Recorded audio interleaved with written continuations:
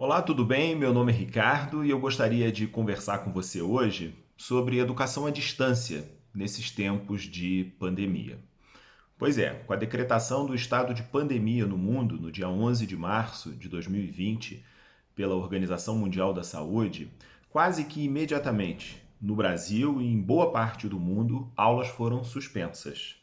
E também quase que imediatamente, escolas, sistemas de ensino, redes públicas e privadas começaram a planejar e a desenvolver educação à distância. Mas afinal de contas, quais são as possibilidades dessas ferramentas e quais são os limites que essas metodologias impõem a todos nós?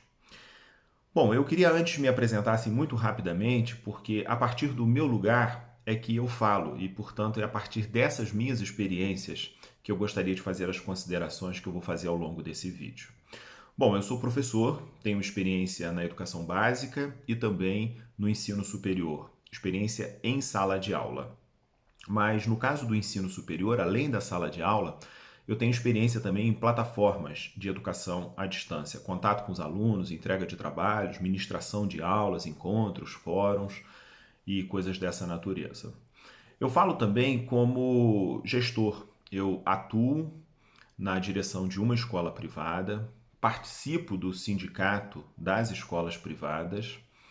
Atualmente estou como presidente de um conselho municipal de educação que tem como tarefa deliberar sobre política pública de educação e já fui, anos atrás, secretário municipal de educação, secretaria que cuida de estudantes na educação infantil e no ensino fundamental, basicamente. Eu, além disso, sou pai de dois filhos que estão na escola e que estão nesse momento estudando e interagindo com seus professores, com sua instituição de ensino, por meio de tecnologias de educação à distância. E falo também, por incrível que pareça, como estudante. Eu voltei aos bancos universitários como estudante de direito num curso presencial, mas nesse momento, a instituição em que estudo está disponibilizando uma plataforma em que professores, no seu horário de aula, estão dando a sua aula com a sua turma ali presente e interagindo. Então é um pouco a partir desses lugares de professor, de gestor, de pai e de estudante que eu gostaria de fazer as considerações nesse vídeo. Bom, a situação da pandemia, ela gera inicialmente muita confusão e muita incerteza. A primeira delas tem a ver com até quando isso vai perdurar. Até quando nós vamos estar sem aulas presenciais e precisaremos nos reinventar e nos recolocar por algum mecanismo, seja ele qual for, para atingir os estudantes, para chegar até a casa dos nossos alunos. Ninguém tem uma resposta para essa pergunta. Por isso, está todo mundo mantendo e se aperfeiçoando para poder fazer com que as aulas, ainda que à distância, tenham qualidade. A segunda incerteza que a gente tem nesse momento tem a ver com o ambiente legal, legislativo em que a gente está vivendo. São decretos, resoluções, deliberações que falam sobre redução de ano letivo, que falam sobre possibilidades que não estão previstas na legislação tradicional, usual do país, sobre metodologias de ensino à distância para a educação básica, por exemplo, e outros projetos de lei que estão tramitando e que podem, de alguma maneira, impactar direta ou indiretamente as redes de ensino. E, claro, uma incerteza nova e uma incerteza que gera também muita insatisfação, muitas vezes, das relações novas que estão sendo geradas entre professores e estudantes, entre pais, famílias de alunos e as instituições escolares, e tudo isso misturado. Se na educação presencial professores estão com os estudantes dentro da sala de aula, interagindo, estando sob a supervisão de uma instituição escolar, e os pais em casa colaborando e interferindo, mas com os limites da sala de aula, agora isso está muito misturado, porque os estudantes estão dentro de casa com as suas famílias, diante de um telefone celular, diante de um computador, com a família ali interagindo, os professores que por sua vez não estão dentro da escola, estão também de maneira remota, dialogando com coordenações, com orientações educacionais, com direções de escola e coisas dessa natureza. Então, é um momento de muita incerteza e de muita insegurança, não há dúvida nenhuma sobre isso. Outro ponto que eu gostaria de colocar é que, apesar de ser um momento de muita insegurança, pode ser, não necessariamente será, mas pode ser e tomara que seja, um momento de inovação, um momento de criatividade. Ou seja, transformarmos a crise que temos numa oportunidade, quem sabe, de darmos um passo de qualidade, um salto de qualidade na educação brasileira. Mas para isso é importante que a gente considere aquilo que está previsto lá no artigo 206 da Constituição Brasileira, Constituição Federal, sobre o direito à educação. E basicamente 4 aspectos me chamam muito a atenção naquele artigo que eu acho que valem especialmente para esse momento que a gente está vivendo. O primeiro deles é a questão da igualdade de condições para todos os estudantes e profissionais, a questão da liberdade de ensinar e de aprender, a questão do pluralismo de ideias também, e por último, a valorização do professor. Eu vou falar depois um pouco sobre esses tópicos, mas eu acho que isso precisa estar como elemento que ilumine a nossa reflexão sobre a educação à distância, sobre os limites e sobre as possibilidades dela na educação brasileira hoje.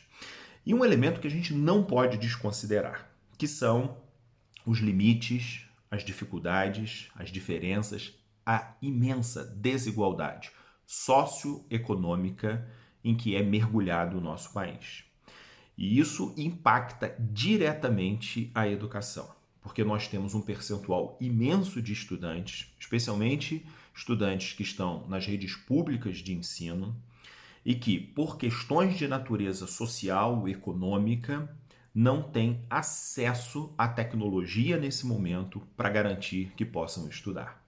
Então, toda a nossa reflexão, ela não pode, em absoluto, desconsiderar isso, porque, ao final, depois que nós atravessarmos a pandemia, nós precisaremos de um planejamento completamente novo e inovador para garantir que esses estudantes que, nesse momento, estão prejudicados e estão afastados, apartados dessas possibilidades, possam ser incluídos. Isso é um desafio político, um desafio estratégico, um desafio administrativo, educacional, mas é, acima de tudo, um desafio ético para a sociedade brasileira. Bom, ditas essas coisas, eu gostaria de avançar falando um pouquinho sobre educação. Olha, pode parecer que não, porque todo mundo tem opinado sobre educação, mas educação é ciência. E como toda ciência, educação tem toda uma metodologia, que, é claro, não é única, não é um discurso único, como toda ciência, há pluralidade de opiniões, mas é uma ciência com a sua objetividade, com sua metodologia e, naturalmente, com a verificação dos seus resultados, óbvio que nos limites de resultados das relações humanas, das relações de ensino e de aprendizagem. Basicamente, são esses 2 pontos que precisam estar sempre sendo considerados quando a gente trata de educação. De um lado, a arte, o ofício, a tarefa de ensinar, e de outro lado, aquilo que se aprende, a aprendizagem efetiva dos estudantes, a capacidade de conhecerem coisas novas, conteúdos novos, e esse conteúdo ser efetivamente significativo para a sua existência. Ensinar e aprender. E aí, dito isso, a gente precisa pensar que educação à distância é um subitem de educação como um todo. E ela tem sim as suas possibilidades. E ela pode ser uma oportunidade fantástica, por exemplo, para o atingimento de pessoas que estão em localidades em que de outra forma não chegaria, por exemplo, um curso superior, um curso técnico, ou para pessoas que já numa segunda formação não têm condições de dedicar um tempo de aulas presenciais e precisam administrar pessoalmente a sua rotina de estudos. Então a educação à distância ela pode sim, no tempo e no espaço, ser uma ferramenta muito útil. Mas para isso ela precisa ser considerada e concebida como tal. O que nós estamos vivendo nesse tempo de pandemia é uma exceção. Nós temos toda uma educação planejada para a educação presencial, sendo transportada para ferramentas de educação à distância. E isso, naturalmente, impacta a qualidade daquilo que está sendo realizado, tanto da parte do ensino dos professores, quanto da aprendizagem dos alunos. Só para a gente ter uma ideia, assim, muito rapidamente, eu não quero me demorar nisso, toda educação, ela se faz uma primeira pergunta. O que é que vai ser ensinado e aprendido? E por que isso deve ser ensinado e deve ser aprendido? Em outras palavras, conteúdos e objetivos. Essa pergunta é fundamental, porque sem essa pergunta a gente pode ensinar qualquer coisa, ou nada, ou tudo. E aí a gente cai num relativismo absurdo que não ajuda em nada. Então esse é o primeiro ponto que todo professor que pensa o currículo, todo o sistema educacional, toda a política pública de educação tem como pano de fundo conteúdos e objetivos. E claro que para a execução disso, recursos e avaliação. Assim, resumindo bastante, porque se eu vou ensinar algo, porque eu entendo que esse algo é importante, eu preciso dispor de recursos para o atingimento desses objetivos. Livros, textos, videoaulas, experiências, projetos, pesquisas, estudos dirigidos, enfim, o que é que eu vou utilizar como recurso para ensinar? E, ao fim, a necessidade da avaliação. A avaliação não pode ser confundida com classificação. Não é avaliação para tirar nota, simplesmente. Avaliação para dizer quem é melhor e quem é pior. Avaliação para identificar aquilo que efetivamente foi apreendido, aprendido e a caminhada que o estudante fez, de onde ele estava até onde ele conseguiu chegar, e se é preciso rever e reelaborar mecanismos para que aquele conhecimento, para que aquele conteúdo seja aprendido novamente. Então, basicamente, esses são os pontos que qualquer educação precisa levar em consideração: conteúdo, objetivos, recursos e avaliação.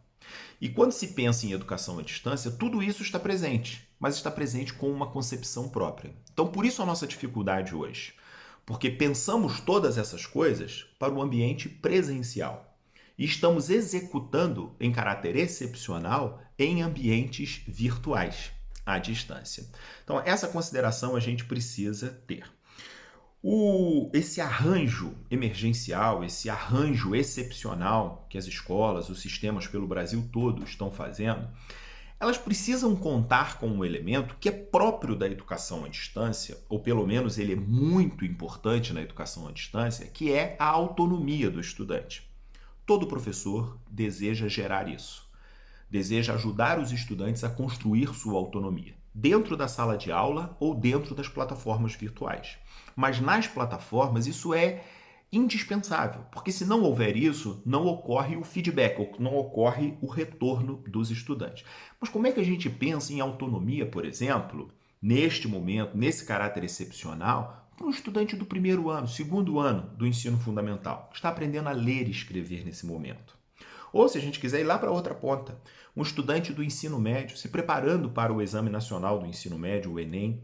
É tudo muito difícil porque há toda uma tradição sendo desenvolvida no país e no mundo há séculos e que agora, de maneira abrupta, emergencial, de uma semana para outra, sofreu uma alteração profunda. Então, de fato, existem muitos limites. Existem oportunidades, mas existem sim muitos limites.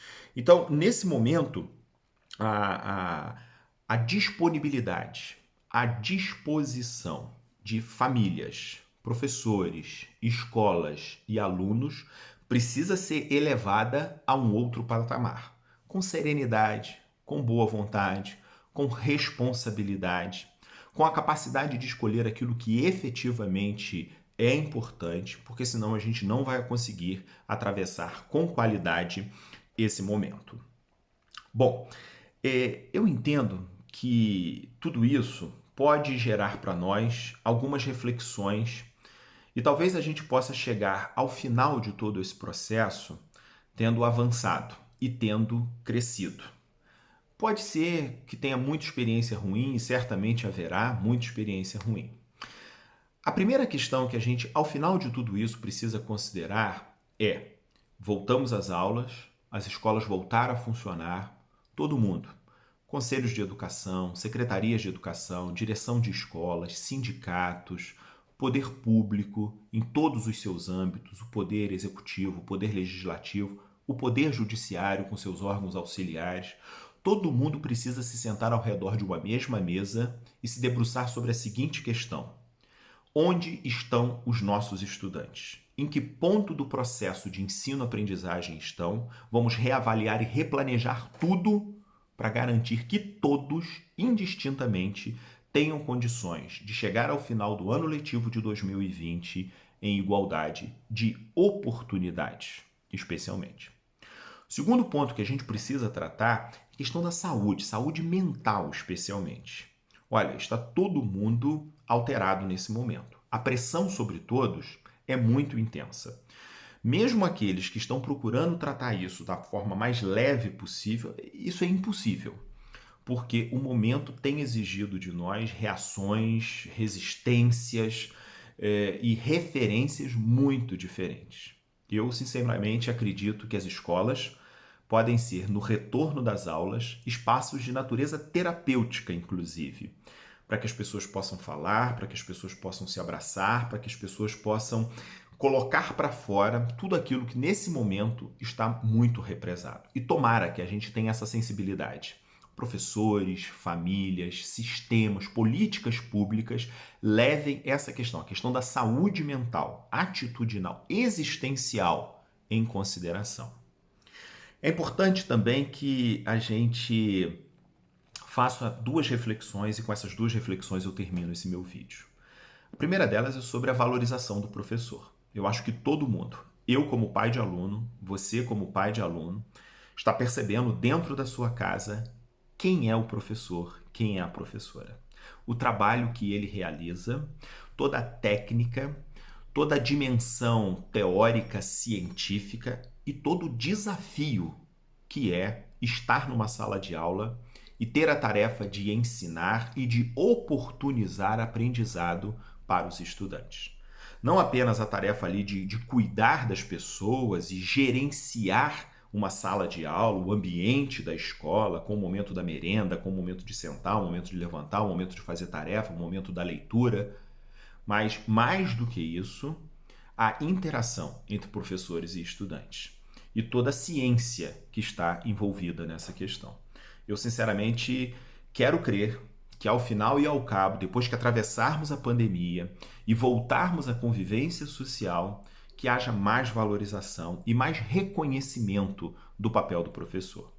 Todo mundo fala sobre educação, todo mundo opina sobre educação, é natural. Nós vivemos um tempo em que há muita informação. Tem gente, inclusive, que sem estudar uma linha sequer sobre biologia, sobre bioquímica, sobre farmácia, sobre medicina, está dando opinião sobre esses temas. Então é natural também que haja opinião, e às vezes opinião completamente equivocada sobre educação.